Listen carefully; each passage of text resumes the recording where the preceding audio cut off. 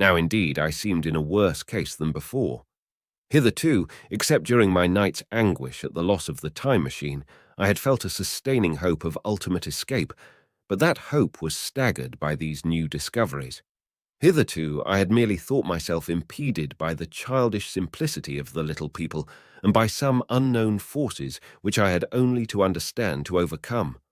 But there was an altogether new element in the sickening quality of the Morlocks, a something inhuman and malign. Instinctively, I loathed them. Before, I had felt as a man might feel who had fallen into a pit. My concern was with the pit and how to get out of it. Now I felt like a beast in a trap whose enemy would come upon him soon. The enemy I dreaded may surprise you. It was the darkness of the new moon.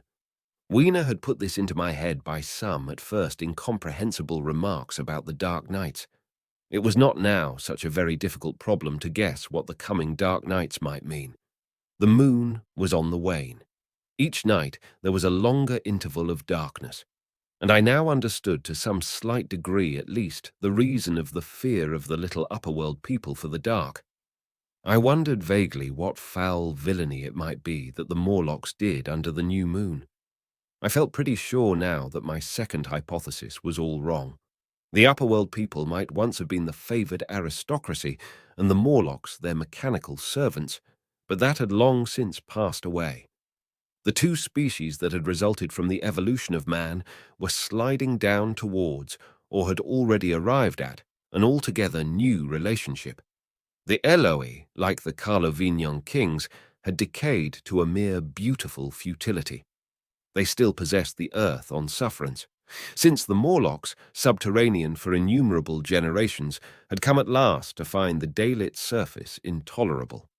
And the Morlocks made their garments, I inferred, and maintained them in their habitual needs, perhaps through the survival of an old habit of service. They did it as a standing horse paws with his foot, or as a man enjoys killing animals in sport, because ancient and departed necessities had impressed it on the organism. But clearly, the old order was already in part reversed. The nemesis of the delicate ones was creeping on apace. Ages ago, thousands of generations ago, man had thrust his brother man out of the ease and the sunshine.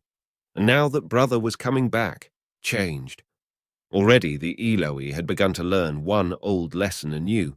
They were becoming reacquainted with fear. And suddenly there came into my head the memory of the meat I had seen in the underworld. It seemed odd how it floated into my mind, not stirred up, as it were, by the current of my meditations, but coming in almost like a question from outside. I tried to recall the form of it. I had a vague sense of something familiar, but I could not tell what it was at the time. Still, however helpless the little people in the presence of their mysterious fear, I was differently constituted. I came out of this age of ours, this ripe prime of the human race, when fear does not paralyze and mystery has lost its terrors.